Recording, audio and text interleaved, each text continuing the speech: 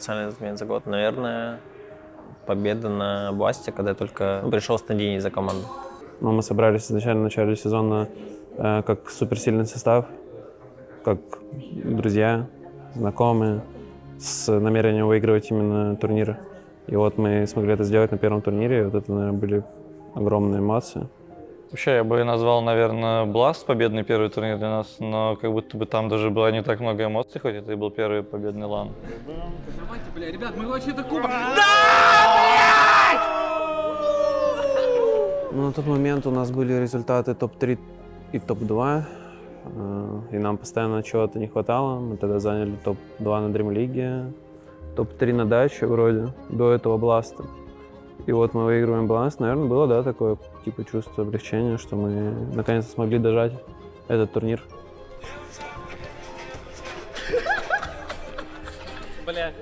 Игралось очень легко, чувствовалась именно какая-то, наверное, облегченность. После прошлого сезона, когда все было тяжело, мы начали играть, и как-то все легко пошло, и мы выиграли тот турнир. Победа на Инте против Пари в групповой стадии. Наверное, самый ближайший, что запоминается сильно. Это было какое-то превозможение себя, что ли. Весь сезон нам не хватало чуть-чуть, и мы тут показали, что мы можем, что у нас получается. И, собственно, это было очень эмоционально и круто. Я не понимал, что мы даже выиграем, на самом деле. Я просто играл, и когда я добивал трон уже там в той игре на Бристолбеке, я такой сижу и думаю, мы реально выиграли, типа. Вот такие эмоции были.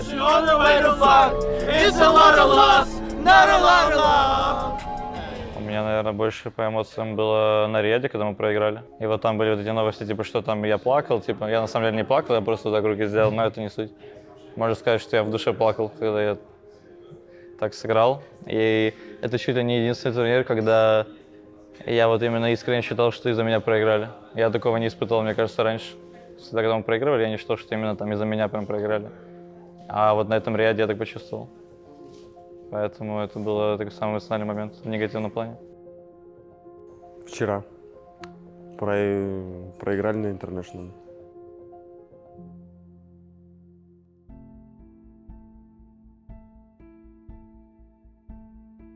Самый тяжелый ESL One ролей в Америке. Мне там было тяжело именно эмоционально, психологически, там, точнее, были проблемы со здоровьем, то есть, потому что я там отравился, там было тяжело,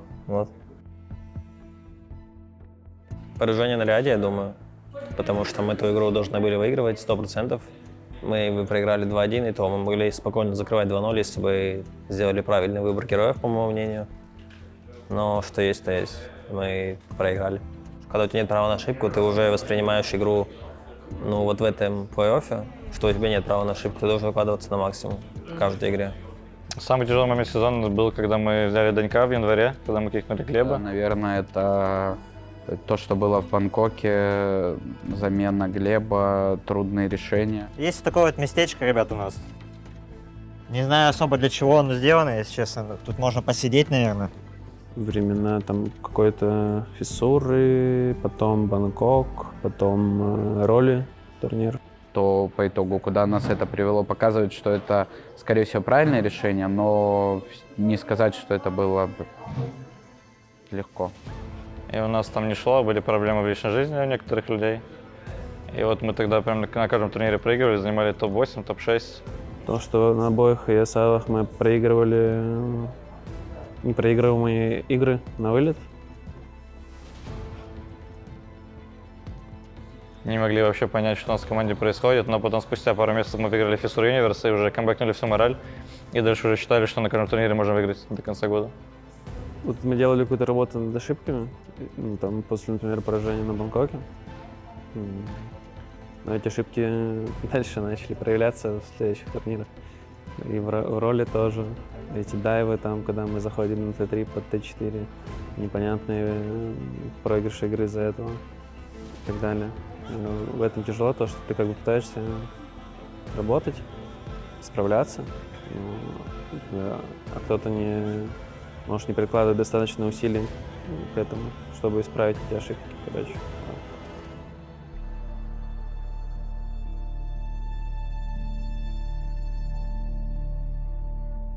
важный тимтолк был у меня лично с Ваней после победной Валахи, когда мы победили. И у нас тогда был 5-дневный буткемп перед рядом. И я тогда немного типа был таким уставшим и особо не понимал, зачем мы на буткемп собрались после победного турнира.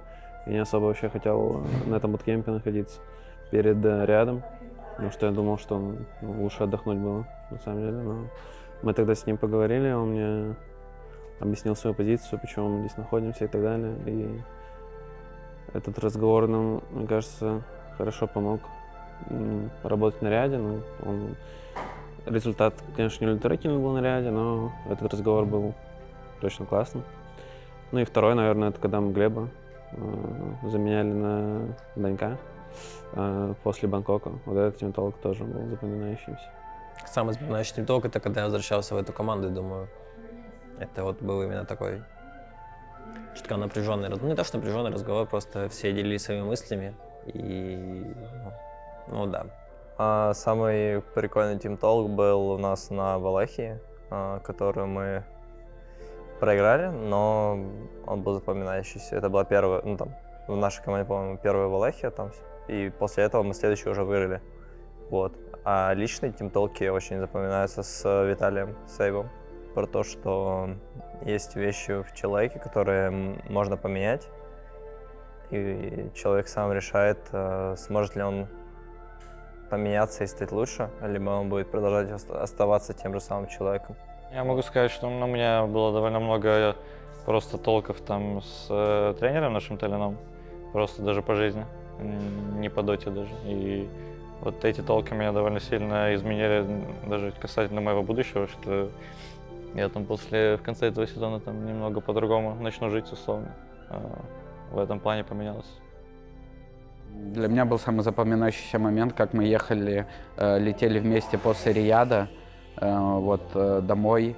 Мы чувствовалось именно единение людей, чувствовалось, что мы команда. Я тогда даже пост написал, что для меня это все равно определенного рода победа. Для меня это был один из самых запоминающихся таких моментов, просто то, с какой теплотой мы даже не смотрели на поражение, то, как мы были там готовы к каким-то новым нашим следующим турнирам, вызовам. Но по мне это было самое такое спокойное состояние и то, чего всегда хочется в команде. Ну, после роли обсуждали вообще возможность там отдыха Ванька. Я заставил его не отдыхать, потому что считал, что это будет плохо для команды. И там у нас получилось так, что в итоге он все равно пошел отдыхать. И было много тимтолков, но они были запоминающие. Думаю, победа на Басте и победа на Валахе. Вот два турнира могу выделить. Прям атмосфера на них очень хорошая была. Но на Валахе была атмосфера такая, что мы именно начали очень тяжело шло.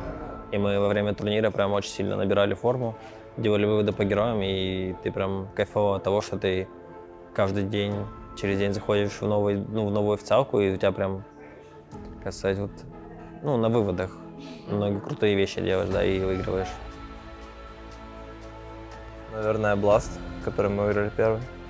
Мы взяли Данька на замену и просто приехали особо без каких-либо ожиданий, просто играли в доту на ПМА и выиграли.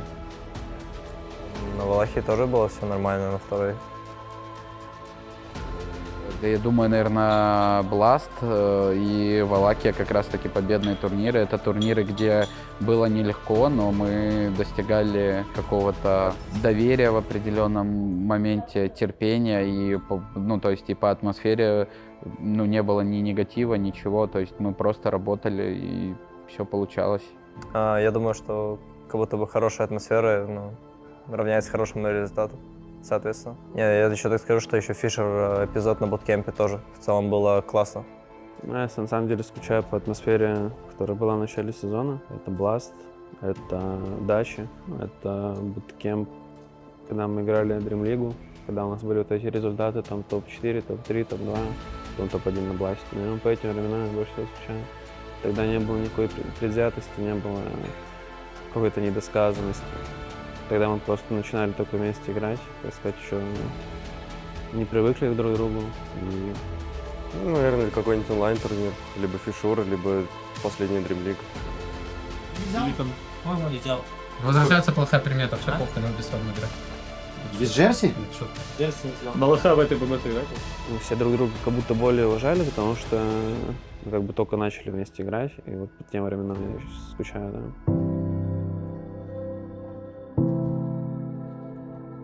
Думаю, возвращение, первые победы. Это 2 слова. Ну, нормально.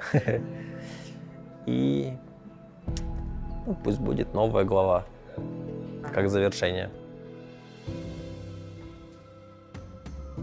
Преодоление, атмосфера, свобода. Держим строй, не спускаем штаны.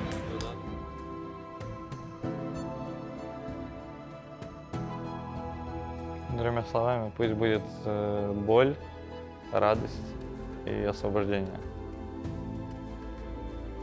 Первые победы, сложные решения и объединенность.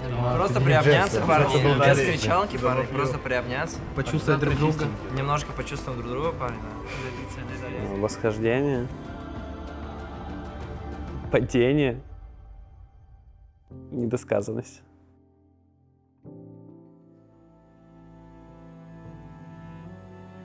Что будет дальше?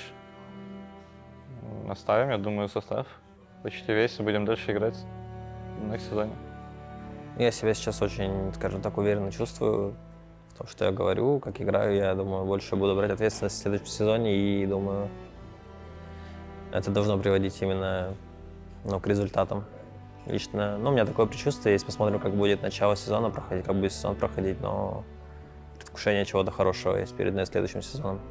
Я уже писал небольшое сообщение там в своем телеграме после этого турнира, то, что работа еще не закончена, и впереди будет такой же сезон с большими победами, с поражениями и так далее. Будем просто играть, тренироваться, вот и все. У меня есть ожидание, что мы дальше будем иметь возможность выигрывать на каждом турнире. Мы будем тир-1 командой. Это все, что мне нужно. Мы вернемся на вершину. Дальше будет новый сезон, старые лица, новые лица тоже будут. С кем-то придется расстаться и двигаться дальше. В целом, я думаю, что наши решения, они достаточно будут популярны в следующем сезоне. Дальше будет все классно. Спасибо, что болеете за нашу команду. Мы постараемся не подводить вас в следующем сезоне. Хейтерам спасибо, фанатам тоже спасибо.